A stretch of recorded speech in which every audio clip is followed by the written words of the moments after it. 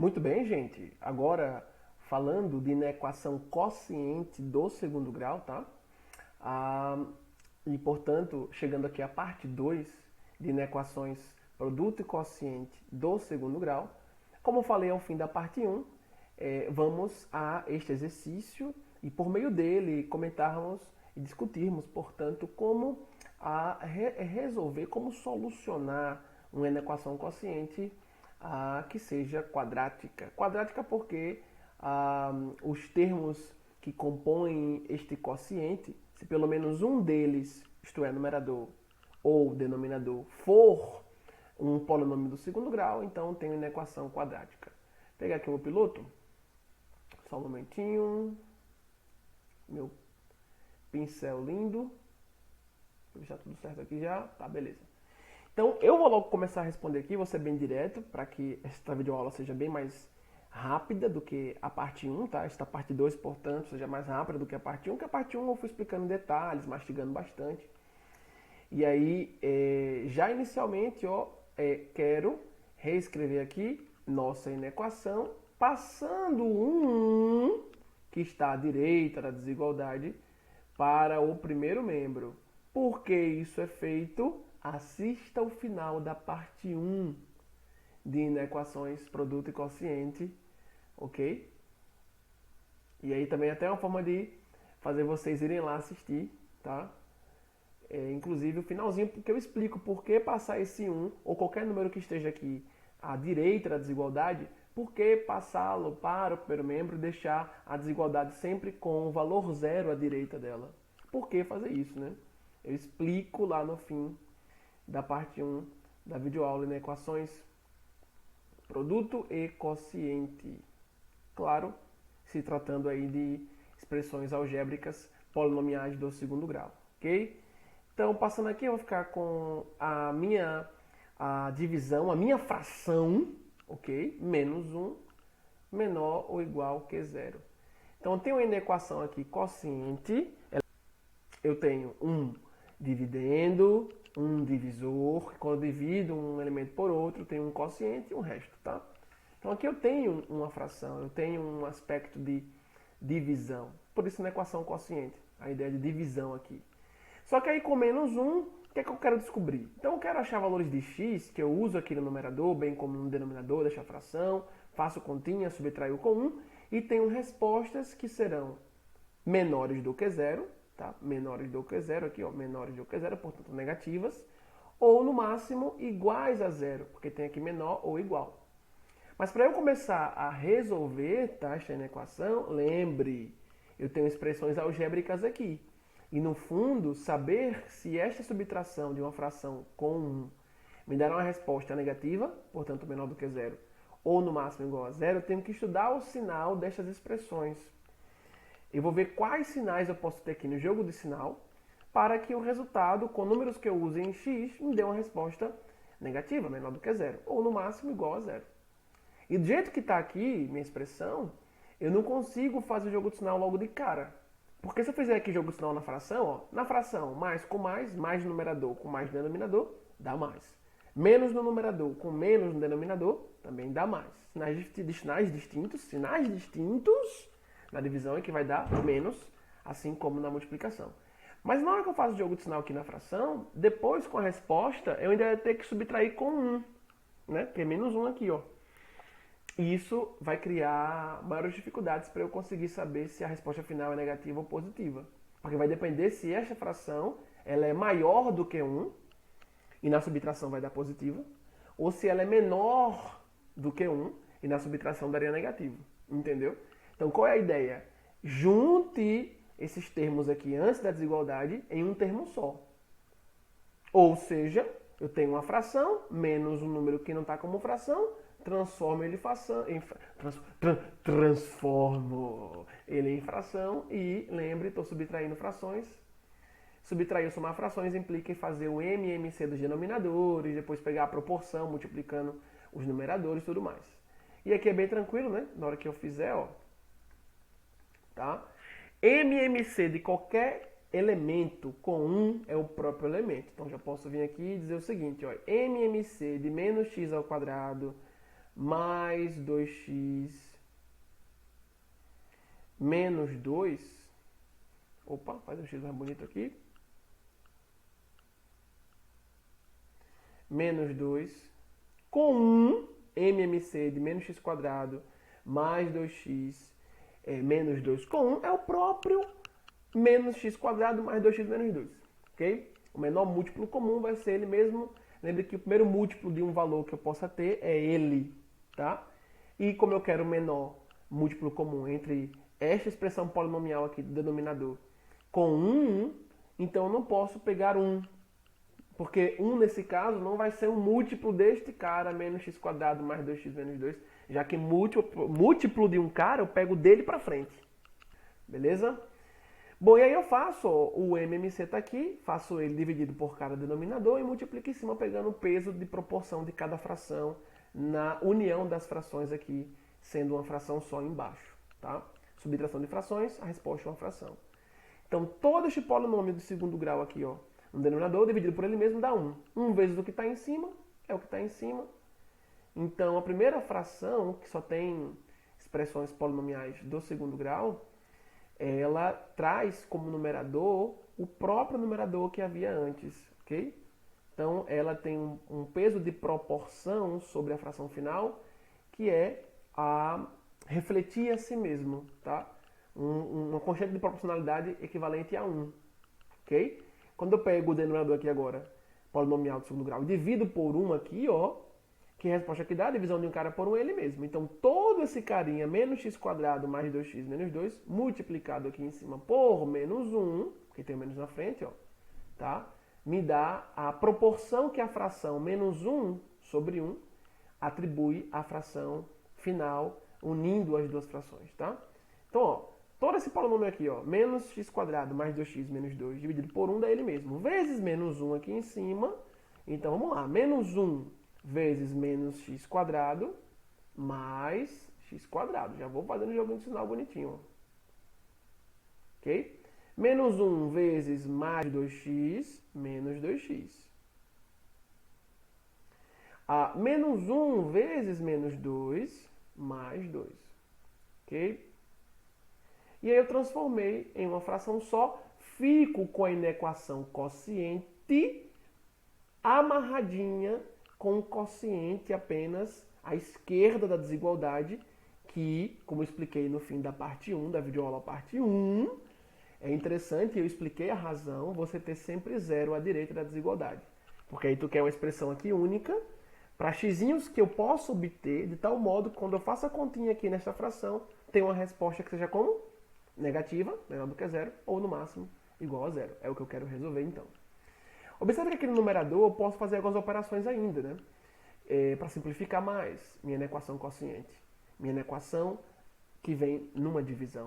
O menos x quadrado aqui, ó, eu posso operar com x quadrado, pois ambos estão com potência 2. Eu posso também operar aqui, ó, o meu 2 com este outro 2 aqui, pois são só números, parcelas apenas numéricas. Eu não tenho outra parcela, além de menos 2x, que traga x junto. Né? Não tenho, então ele vai ficar aí sem poder operar com ninguém no numerador. E aqui, ó, menos x quadrado mais x quadrado, isso aqui, meus caros, vai embora. Ele menos ele, mais com menos, ou menos com mais menos, vai embora. Aqui, ó, o 2 mais com 2 mais, vai ficar 4, e o menos 2x. Então eu fico com o numerador que é menos 2x, mais 4, do 2 mais 2 ali bonitinho. Deixa eu alinhar aqui, para fazer esse mais bonito.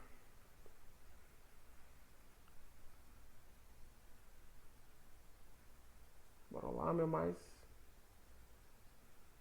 Não dá para entender já que é o mais. Show de bola. Mais 4. E o denominador tá lá bonitinho, eu não consigo juntar os termos ali, porque são termos distintos. Um tem x, tem o outro também. Só que um é um quadrado e o outro não. Então não dá para juntar eles dois. E por fim é só um número finalizando o polinômio de grau 2 no denominador. Então depois que eu organizei minha equação quociente, neste caso, que foi necessário organizá-la para eu ter um quociente apenas, menor ou igual que zero. É sempre assim, professor? Não, você pode ter um exercício que na equação já venha bonitinha, com uma fraçãozinha, indicando na equação quociente, na equação por uma divisão, com o símbolo de desigualdade e do outro lado já o zero. Se ela viesse com esse aspecto aqui já embaixo, bonitinho, já tocava o barco e ia estudar o sinal de cada parcela na equação quociente e já ia fazer jogo de sinal, já ia juntar as partes, tudo bonitinho. Não foi o caso aqui, eu tive que organizar ainda, tá? Porque não tinha só um quociente, do outro lado tinha um, e eu repito, assisto o final da parte 1 de inequações produto e quociente do segundo grau, porque eu passei um para cá. E para você responder uma inequação quociente, gente, se ela não vier com este aspecto que eu estou destacando aqui, ó, você tem que pegá-la e colocá-la neste aspecto. Que aí você vai ter sua vida altamente facilitada para poder solucionar a inequação. Então eu quero valores de x, tá? Nesta divisão, para os quais quando eu utilizá-los, eu posso ter vários xzinhos, eu posso ter menos, poucos xzinhos, depende do conjunto que eu estou trabalhando. Como é que ele falou que eu quero valores reais, né? Então, estou nos reais, o intervalo de um ponto ao outro, em números reais, é um intervalo com infinitos valores, tranquilo. E aí eu vou achar valores de xzinhos, para os quais eu substitua, faça a divisão e tenha uma resposta como? Menor do que zero ou no máximo igual a zero. Então, o que eu devo fazer a partir de agora? Lembre, eu tenho uma expressão polinomial no numerador, que inclusive aqui ficou agora, é uma expressão polinomial do primeiro grau. A variável x, como é o expoente, é aquela que é x elevado a 1, que dá ele mesmo. O denominador ficou com a expressão polinomial, que já era de início, já era inicial, que é um polinômio do segundo grau. Esta inequação pode ser dita do segundo grau? Sim, porque entre as parcelas que formam a inequação quociente, eu tenho uma que é quadrática, que é do denominador aqui. Então, o que eu vou fazer agora? Assim como foi no caso da inequação produto. Vem aqui em uma parcela, batiza por uma função f. Vem aqui na outra parcela da inequação, tá? E define como uma função g ou qualquer letrinha que você queira aí utilizar, tá bem? Por que você faz isso? Porque eu quero estudar o sinal de cada parcela. Se o numerador aqui der mais para um xzinho que eu use, e o denominador der mais para um xzinho que eu estou usando, que é o mesmo de cima, porque o x aqui é o mesmo em cada parte, eu teria uma divisão de mais com mais. Divisão de mais com mais, de um valor positivo por um valor positivo, a resposta é mais. Vai valer para mim, este caso? Não, porque eu quero uma divisão que dê menor do que zero ou igual a zero. Então eu vou estudar o sinal de f e de g de forma que o sinal para o xzinho que eu uso aqui em cima seja um sinal distinto que apareça embaixo para o xzinho que eu estou utilizando embaixo também. Se em cima der uma resposta para um xzinho que eu use, faça a continha, que seja positiva, e embaixo uma resposta negativa, mais com menos na divisão, menos. Aí vale para mim esse xzinho. Porque é um cara que me deu uma divisão cujo resultado é menor do que zero. Percebeu? Se em cima der uma resposta negativa para um xzinho que eu use e embaixo a resposta positiva, menos uma divisão de um cara negativo por um positivo, menos com mais, menos de novo. Então também esse xzinho serve para mim, porque vai dar menor do que zero. E quando é que dá igual a zero numa divisão? É quando divide zero por zero? Não. Divisão de zero por zero é uma indeterminação. Eu não tenho como dizer qual é a resposta, porque zero vezes qualquer coisa é o próprio zero. Tá? Eu teria infinitas soluções se eu dividir zero por zero. Agora, se eu dividir zero por qualquer número, por exemplo, se eu pegar zero e dividir por 8, um exemplo. Se eu pego um número zero e divido por qualquer outro número que não seja zero, a divisão de um valor nulo por um não nulo, isso sempre, gente, isso sempre dá zero. Porque pense, qual é o número que vezes 8? Tá? Lembre, dividendo, numerador, divisor, denominador. A resposta é o quociente. Tá? Quando a divisão é exata, eu tenho a resposta ali precisa, ou o número com vírgula se a divisão for inexata. Por que a resposta é zero? Porque 0 vezes 8 dá zero. Agora, se eu fosse dividir 8, o contrário, um valor não nulo qualquer, por um valor nulo, eu teria como saber uma resposta aqui? Eu teria como dizer que a resposta é zero, por exemplo? Não. É diferente. Por que eu não teria como dar essa resposta como zero? Porque perceba que se eu fizer 0 vezes 0, não dá 8. E qualquer número que eu for multiplicar por 0, nenhum vai dar 8. Nem vai se aproximar dele. Porque tudo vezes 0 é o próprio zero. Então, um caso como este, onde eu pego um valor não nulo, como 8, por exemplo, divido por um valor nulo, Isso aqui não tem solução. Isso aqui é o que a gente chama de não existe. Este símbolo aqui, ó, o Ezinho maiúsculo, letra de forma, ao contrário, cortado transversalmente com a reta inclinada para a direita. É um símbolo que indica não existe. Ou seja, não existe divisão de um valor não nulo por um valor nulo. Então, para que eu tenha aqui o caso em que f dividido por g vai dar igual a zero, é apenas quando eu uso o xizinho, em que em cima zera, mas embaixo não zera. Não posso ter zero aqui embaixo de maneira nenhuma. Aqui embaixo não pode ter zero. Então, se eu resolver aqui, vou achar os zeros da função g. Se eu acho os zeros da função g, ou seja, valores para os quais a parábola corta o eixo x, lá naqueles valores eu tenho que botar como minha circunferenciazinha aberta e eu não preencho. Eu não preencho no eixo x, eu deixo aberta e não preencho para indicar que aquele valor não está sendo contado, tá? Para os zeros da função que porventura eu encontre aqui na função g, função que eu batizei a expressão polinomial aqui do denominador. Lembre disso, ok? Então, depois disso tudo, meus caros, agora nós podemos estudar o sinal de f, de g e resolver essa equação bonitinha. Tá? Então, vou abaixar aqui um pouco mais meu point para que a gente tenha espaço aqui para baixo. Eu não preciso apagar nada do que está em cima. E sempre você possa voltar o vídeo para revisar, caso queira, quando começar a subir novamente nas resoluções que estamos desenvolvendo, para você também observar o que foi feito até agora. Tá? Então, voltando aqui, ó, bora estudar f. Então, primeiramente aqui, estudando f, vamos lá. Eu quero achar o zero da função f, ou os zeros. Eu já vi que f é uma expressão polinomial do primeiro grau. Depois que eu organizei, eu enxuguei, eu explicitei minha equação quociente na forma que fica a ponto de resolvê-la, tá? Então, minha f é uma expressão polinomial do primeiro grau. Como é que eu acho o zero da função? Sempre igualo ela a zero. Então, menos 2x, eu vou achar o valor de x, para o qual, aqui só vou achar 1, porque é polinomial do primeiro grau, né? A minha função f. Eu vou achar o valor de x para quando a minha f é nula, tá? Para quando o meu y é zero.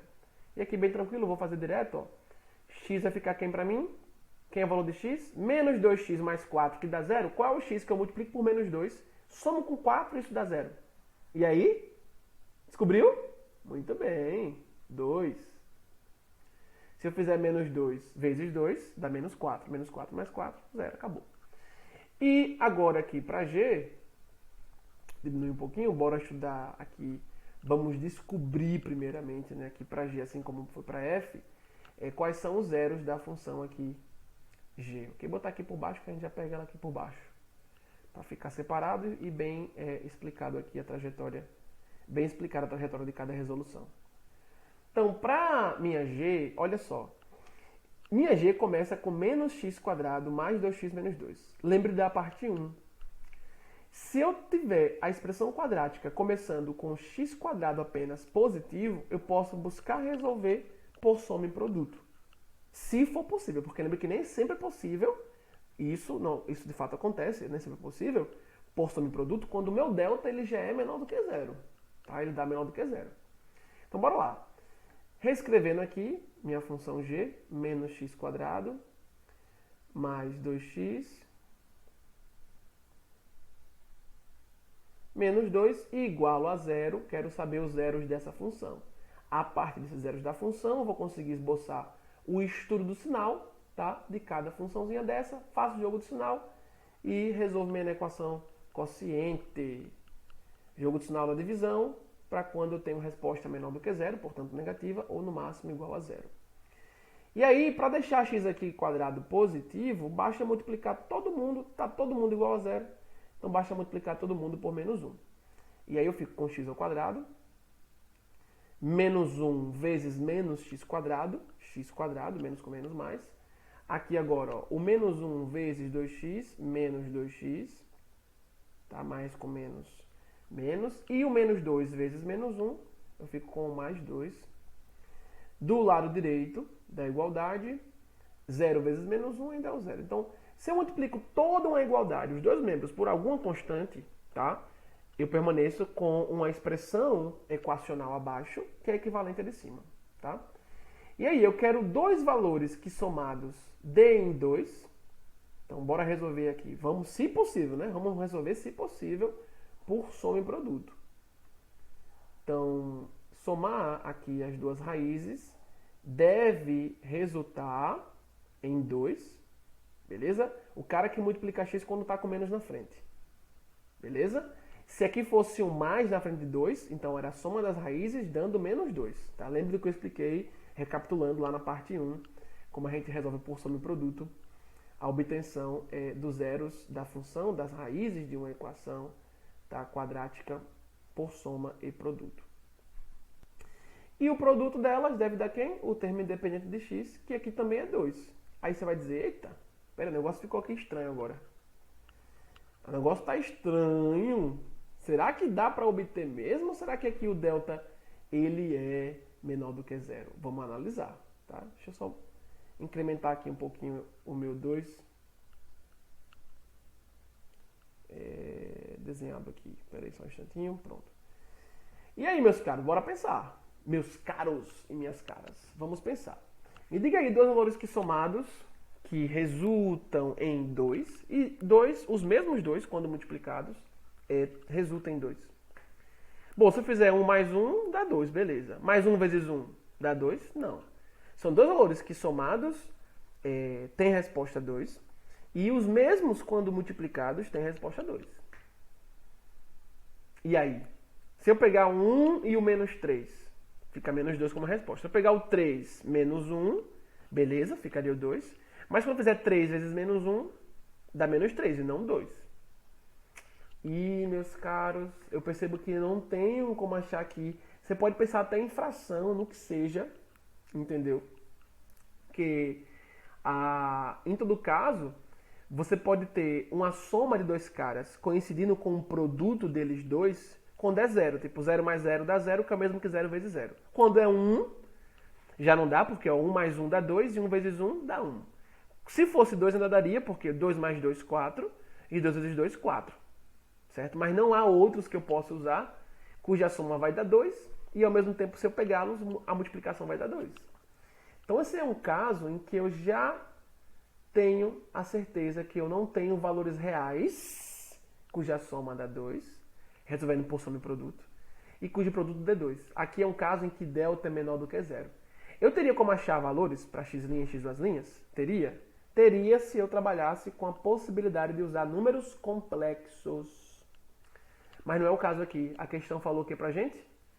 Que, olha aqui em cima, ó, o conjunto de todos os valores reais que eu posso achar para x. Tá? Então, quando você vai tentar responder por soma e produto e acontecer isso aqui, ó, presta atenção, fica aqui, dica. A soma das raízes está dando 2. Tem que dar 2. O cara que multiplica x quando tem menos na frente. O produto das mesmas raízes, da equação de segundo grau, associada à função quadrática, também tem que dar 2.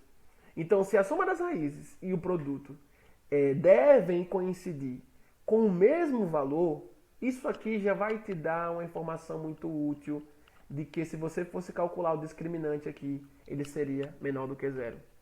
E se o discriminante é menor do que 0, então você não consegue achar x' e x' que são reais. Este é um caso em que a parábola não toca o eixo x. E como sua expressão polinomial do segundo grau original está com menos no x², tu vai ter uma parábola com concavidade aqui, ó, para baixo e abaixo do eixo x e sem tocar o eixo x. Eu não acho raízes reais. Tá?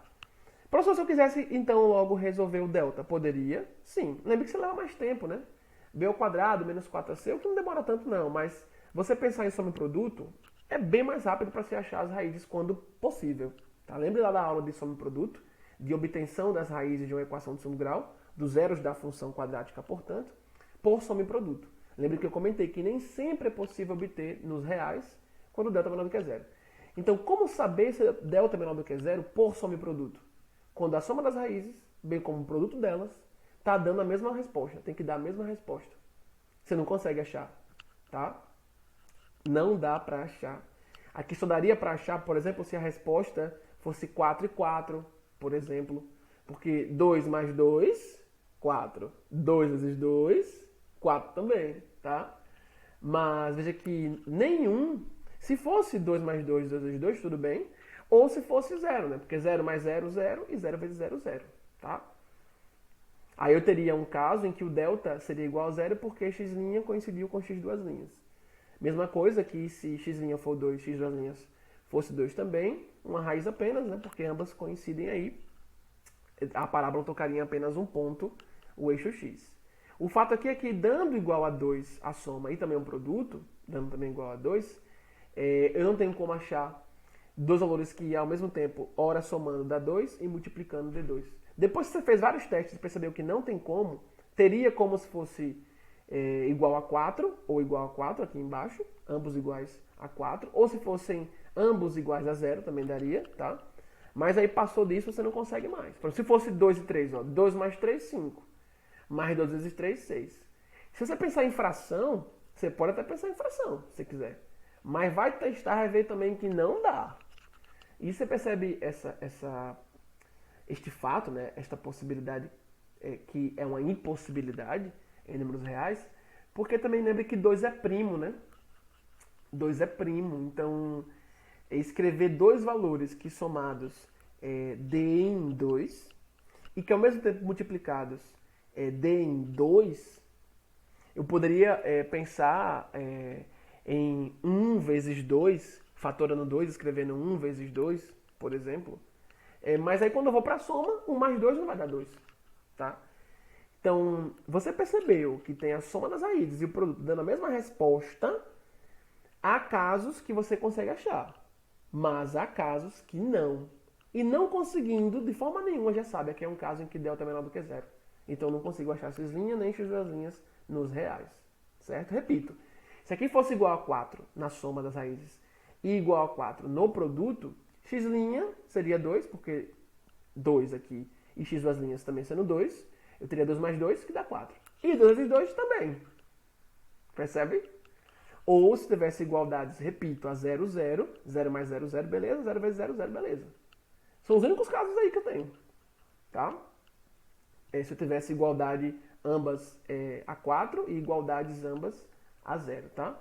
Mas a 2 você não consegue, você vai testar, não conseguiu.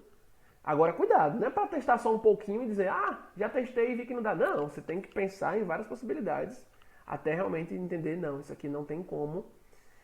Eu não acho dois valores que ora somando dê 2 e ora multiplicando os mesmos valores deem 2 também, tá?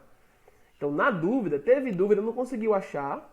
Teve dúvida, no meu caso, já tenho experiência, consigo mais rápido. Quem tem mais experiência consegue mais rápido também. Mas teve dúvida, não está conseguindo achar x nem x duas linhas? Vá para o delta. Né? Abra o delta, aqui vai ficar b ao quadrado, que é menos 2 ao quadrado, vai dar 4. Menos 4a, que é 1 vezes c, 2, tá? Aí você ficaria com 4 menos 8. E 4 menos 8 menos 4. O delta é menor do que zero. Está confirmado, tá? Então, tentou, não achou, não achou.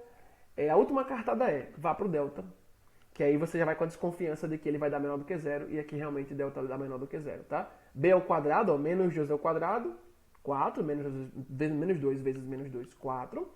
Menos 4ac, o A aqui é 1, tá? E o C aqui é 2. 4 vezes 1, 4. Vezes 2, 8. Então ficou o 4 menos 8, que dá menos 4.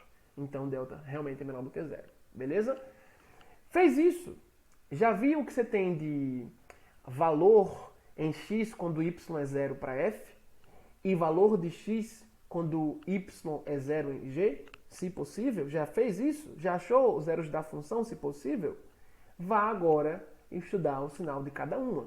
Assim como foi na parte 1, lá na equação produto. Aqui é igualzinho na equação quociente, porque tu vai fazer jogo de sinal na divisão, beleza? Buscando x'inhos para os quais, quando eu faço jogo de sinal na divisão, eu tenho resposta negativa, neste caso, que eu quero resolver na equação que é menor ou igual a zero. Ou no máximo igual a zero, beleza? Então vem aqui embaixo, ó. Vou fazer minha retinha. Bora lá devagarzinho. Bora minha retinha, me ajuda aí. Minha retinha para F, beleza. Depois, meu eixo X, minha retinha também para G. Agora, depois que eu já busquei os zeros de cada função, vou estudar o sinal de cada uma. E embaixo aqui eu tenho o eixo X, que vai me dar a relação de jogo de sinal, o estudo do sinal simultâneo de f com g, tá? Num quociente. Então, f dividido por g. Lembra que dividir funções, assim como multiplicar, tá? Me dá como resposta uma função. Posso vir aqui também e chamar de h, assim como a gente fez lá na equação produto. Beleza? Então, tranquilo. Aqui, vou pegar minha f, vou marcar meu 2, bonitinho na minha f. Vou pegar aqui o meio sempre, a gente deixa para marcar 0. A origem da reta real, tá? Em 0, seja na horizontal ou vertical. A origem é em 0. 0 para frente positivo, 0 para trás negativo. Então, vamos pegar o 2 aqui, ó. Um pouco mais à direita do meio. Eu observo, estudando o sinal de f, que f tem uma expressão polinomial do primeiro grau. E eu lembro que numa expressão polinomial do primeiro grau, lá atrás, em função, afim, o gráfico sempre é uma reta. Esta reta aqui para este gráfico vai ser crescente ou decrescente? Decrescente, porque o cara que multiplica x é negativo. Então tem uma reta que vem assim, ó, decrescente, e passa pelo valor 2, tá? No eixo x. Por que passa pelo valor 2? Vamos fazer aqui de novo essa reta mais bonita. Porque 2 foi o valor de x que a gente achou para quando y é 0. E quando o valor está em cima do eixo, no outro ele é 0. Não se esqueça. Parte gráfica acima do eixo x, positiva.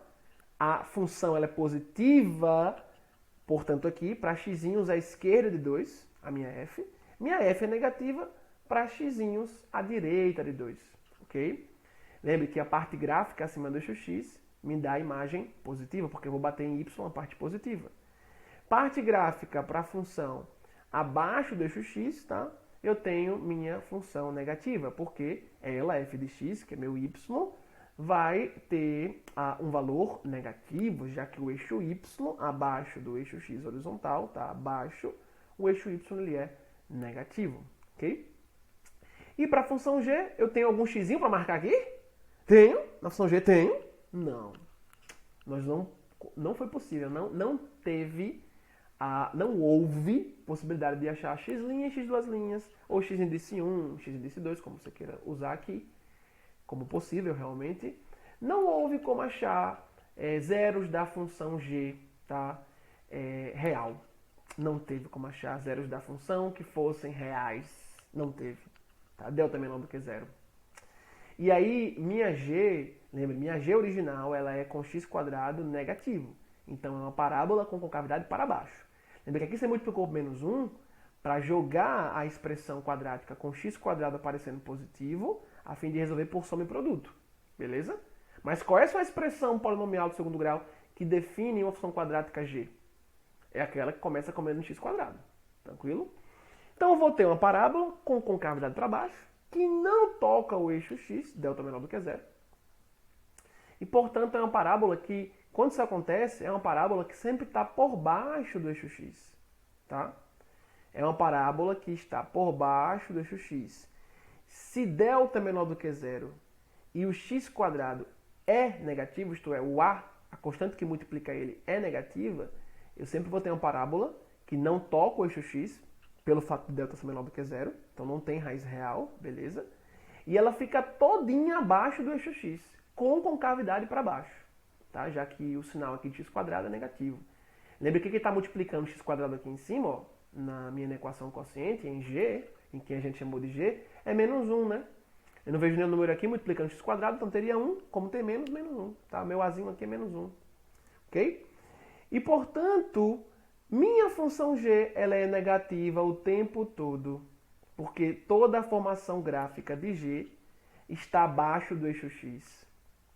E aí qualquer x que eu pegue no eixo horizontal, eixo x, eu vou ter g negativa. Tranquilo? Tranquilo. E lembre, você não marca ninguém aí, ó. Não marca ninguém no eixo x para a função g, porque não houve nenhum x que foi obtido quando a minha g, o meu y, era 0. Tá? Real eu não posso obter. Real não deu para obter. Beleza? Porque quando eu faço por delta, eu não consigo achar x', x duas linhas, já que a raiz de delta, raiz de cara negativo, não dá para calcular. Raiz quadrada de valor negativo não dá para calcular nos números reais. Então eu não consigo terminar a formulazinha para x', x duas linhas. com menos b, mais ou menos raiz de delta, tudo isso sobre 2a. Percebe por quê? Então, gente, tranquilo. Eu já estudei o sinal para F, também já estudei o sinal para G. Agora, vou juntar os sinais das duas, tá? Na minha inequação quociente. Agora sim, dividindo F por G e estudando o sinal final, quando eu estudo ambos os sinais das duas partes da inequação, numa inequação que aqui é quociente, vem como uma divisão, em uma única vez. Eu vou estudar, tá, o sinal das duas uma única vez, as duas simultaneamente, vindas, advindas, numa inequação quociente. Então, primeiro eu estudo o sinal de cada uma separadamente, depois junto o estudo das duas, já que eu tenho as duas aqui juntas em uma divisão, beleza? Então, agora estudando o sinal de ambas simultaneamente, primeiro passo, lembra que você me viu fazer na aula anterior, já me viu fazer lá na equação também no primeiro grau. Baixa tudo que for xizinho que você teve aí marcado, tanto quando estudou o sinal de F no eixo X, bem quanto quando estudou o sinal de G no eixo X. Tudo que tiver xizinho marcado você traz. E xizinho marcado eu tenho apenas, tá, no estudo do sinal da função F. Trago ele aqui para o meu final, porque ele é um agente balizador, ele é um referencial para mim, para onde eu vou, se vou para a esquerda de 2 ou para a direita dele. Já em G eu não tenho esse referencial, porque a função G ela é negativa, o sinal dela é negativo sempre, para qualquer x que eu pegue, porque toda a formação gráfica dela fica abaixo do eixo x, como você me viu aqui fazer. E agora, gente, vou aqui no final, marco meu 2, eu posso marcar meu 2, lembre que no final vou estudar para ver se esse 2 vai ter uma circunferenciazinha nele preenchida ou vazia, tá? Mas vamos lá, primeiramente, fazendo o jogo do sinal aqui agora, para estudar o sinal de F sobre G, tá? Para ver em quais regiões do eixo X, quais x'inhos eu posso usar na divisão de F por G, que torna F sobre G, o quê? Menor do que zero, negativa, ou no máximo igual a zero. Percebeu? E claro, eu vou estudar o sinal aqui completo, então vou achar a região em que F sobre G dá positiva, está acima do eixo X, ou região em que F sobre G é negativa, mas no final eu vou pegar só aquela que a equação pediu para eu responder, certo? Então, analisando aqui o jogo de sinal, ó, nas vias que estão mais no extremo direito, dos dois estudos de sinal para F e para G, ó, eu tenho que para valores de x que eu pegue depois de 2, minha F é negativa. Bem como na G. 2 estaria aqui neste ponto na G, alinhadinho aqui, ó. Lembre, faça as retas alinhadinhas, para que a marcação numérica em uma esteja alinhadinha com a marcação numérica da outra, caso ali exista uma marcação, mas mesmo que não exista, tu sabe que aqui estaria o valor 2, certo? Então, tanto à direita de 2 na F, eu tenho imagem, eu tenho função y, tá? A minha F negativa, bem como à direita de 2 na G, minha G também é negativa. Minha G é negativa para qualquer x que eu pegue. O sinal da minha G é negativo para qualquer x que eu pegue, tá? Então aqui, ó, menos com menos, à direita de 2 vai dar mais. Beleza? E eu só tenho que analisar a direita de 2 e a esquerda de 2, porque foi o único valor de x que eu tenho marcado aí quando eu estudei o sinal da função f e da função g. A esquerda de 2 agora, eu tenho que minha f ela é positiva. Ok? Minha função é positiva, meu y é positivo para x que eu pegue menores do que 2. Minha f vai dar valores de y positivos, gráfico acima do eixo x. E mais, estudando aqui, ó, o mais de f com menos na g, valores que estão à esquerda de 2, x'inhos que eu pego à esquerda de 2 em g, também aqui em g novamente, vão me dar y's negativos. Todo y que eu pego aqui vai ser negativo para x'inhos que eu tome, tá? Peguei um x'inho aqui, por exemplo, na hora que eu mando ele no gráfico da função, eu bato no gráfico e quando eu for jogar, tá, esse valor do x'inho no meu y, no meu eixo y vertical, ele vai bater em que parte de y? Uma parte de y que está aqui, ó, abaixo, vou botar aqui uma simulação do eixo y, o eixo vertical. Eu vou bater em y abaixo do eixo x. Ou seja, se está abaixo aqui, ó, abaixo do eixo x aqui em cima, horizontal, então estou na parte de y, estamos na parte de y em que y é negativo, tá bem? Então, tirando aqui essa simulação, só para vocês lembrarem. Vamos voltar aqui então, beleza? Show de bola. Mais com menos, tá? F é positiva, para x'inhos que eu pegue menores do que 2. Já G é negativa para x'inhos que eu pegue menores do que 2. Beleza? E aí mais com menos. Ou seja, o estudo do sinal simultâneo de f com g numa divisão nos diz o seguinte: f sobre g, tá, é uma função. Quando dividir, dá uma função, chamei de h, por exemplo, qualquer letrinha, um w, um j. Dividiu funções, a resposta é uma função. Multiplicou funções, a resposta é uma função. Então, f sobre g, essa divisão de funções, vai me dar respostas para elas. Isto é, vai me dar sinais para elas que sejam negativos quando eu pego x'inhos à esquerda de 2. Para x'inhos menores do que 2, antes de 2, à esquerda de 2, minha f sobre g é negativa. E para x'inhos maiores do que 2, à direita de 2, f sobre g é positiva. Mas minha equação é como? É uma divisão de f por g. Chamei a primeira de f, chamei a segunda de g. Também, pessoal, isso aqui não é obrigatório. Você pode chamar qualquer letrinha que tu quiser, tá? Eu oriento chamar de f, g, sempre aquelas letrinhas que a gente costuma usar para definir função, tá? Função via conjuntos. Função via conjuntos. Então, eu quero a divisão em que eu tenho um resultado menor ou igual a zero. Tá? Então, menor do que zero, eu tenho essa região aqui, ó, que está à esquerda de 2. Qualquer x'inho que eu pego aqui à esquerda de 2, f sobre g dá negativo. Jogo de sinal que nós fizemos com f e g simultaneamente. F sobre g é negativo. Vou pegar a região que está à direita de 2?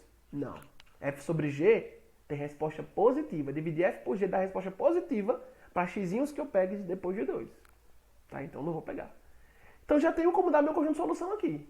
Só falta agora lembrar que eu quero a divisão dando a resposta menor do que zero, ou seja, negativa, ou no máximo igual a zero.